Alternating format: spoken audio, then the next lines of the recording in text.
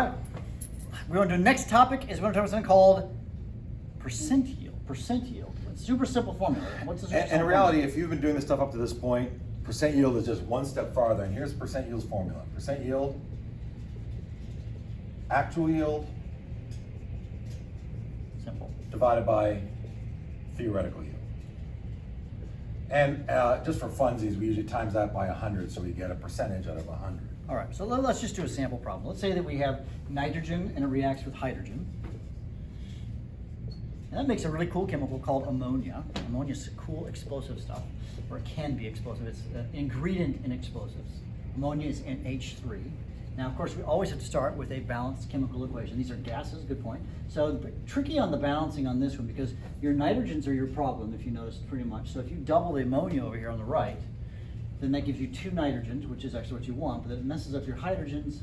You get 6 there, so you gotta put a 3 there, right? Okay, so what's starting amount? So now as a note, in a percent yield problem, we're gonna give you the amount of ammonia that's produced. But it turns out you won't make all the ammonia possible. Actually, yeah. So you want to find the actual yield, or we're going to need to be given the actual yield, and we're going to calculate the theoretical yield. So in every lab, you can figure out how much theoretically you should get. But when you perform the actual lab, you're never going to get quite the perfect amounts because we aren't in a perfect world. Right. Actual yield must be given to you in a problem. So in this problem, we might ask a question in words. You might say that you produce 42 grams of ammonia, let's say. So so given how many liters of nitrogen? 16 liters of nitrogen and what?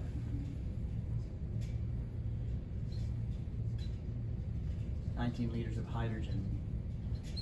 Now, this is sets up for a limiting reactant problem. Right. But if the actual yield of NH3 is 0.67 grams, what is the percent yield? All right, so this is actually a complex problem because we have to do a limiting reactant problem first. Then we're going to find the theoretical yield like we learned in the last video, and then we add this one little extra step and divide. So we know that it produces 0.67, but we're going to get a number likely bigger than 0.67. All right, well, let's just do this. So let's do it your quick cheaty way. So I've got 16 liters of nitrogen. First thing I do is convert to moles. And of course, the conversion from liters to moles is 22.4 liters in a mole. This is assuming at what we call standard temperature and pressure. All right, and do the same thing with the, 19 liters with hydrogen. So I've got the answer to the first one in ready. Okay. So the number of moles is 0.67. And then 19 divided by 22.4 gives me 0.85 moles. This is my moles of N2 and this is my moles of H2. In our cheaty way, we're looking up here and we're going to take our N2 and we're divided by whatever the coefficient is. Right, so it's 1 for the nitrogen, so that's easy, 0.67. And it's 3 for the hydrogen, so let me get that number. Divide by 3.85, 0.28. 0.28 moles. Now, of these two, this clearly is the smaller number. 0.28 is smaller than 0.67. So that means if we were to kind of go back, this is going to be my limiting reactant, the hydrogen. The excess reactant is this bad boy. Now, what's important is that this part right here, this is our trick. We never use these numbers in any part of our problem. All right. The only thing we do is we go back to our moles. So we need to do one more line starting with the 0.28 moles down here, right? 0.85. Or 0.85, good point, yeah. So 0.85 moles. So 0.85 moles of H2. Now we're converting to grams of ammonia. So this is now the mole to mole ratio. Use your mole map, right? And this is going to be the mole ratio, which is a 3 and a 2. So put moles of hydrogen on the bottom. Remember, I like to, 3 moles of hydrogen and 2 moles of ammonia on the top.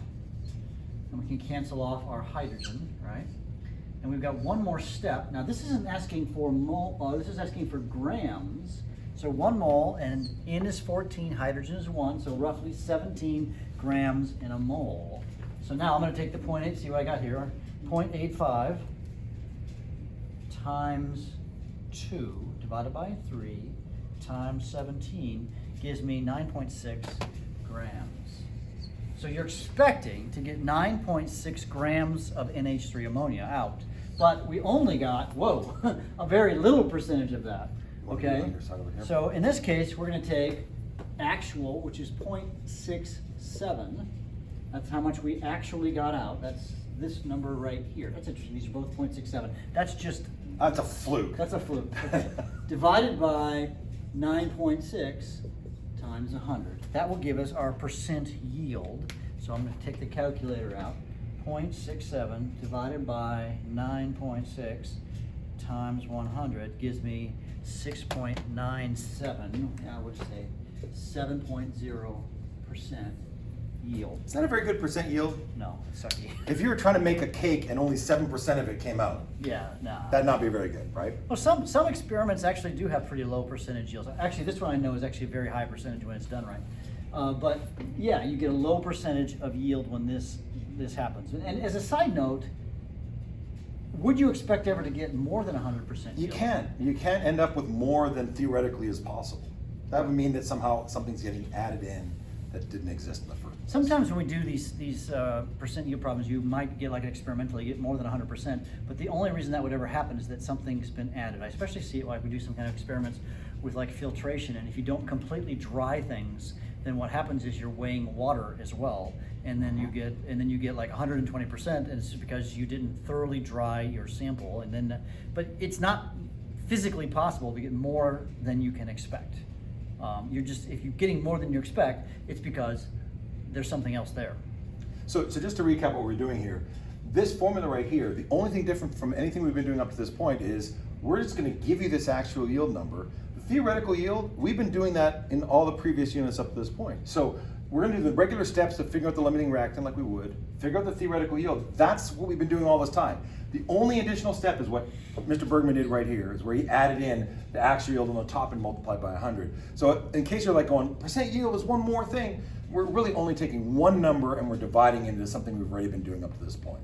So they're really not that hard.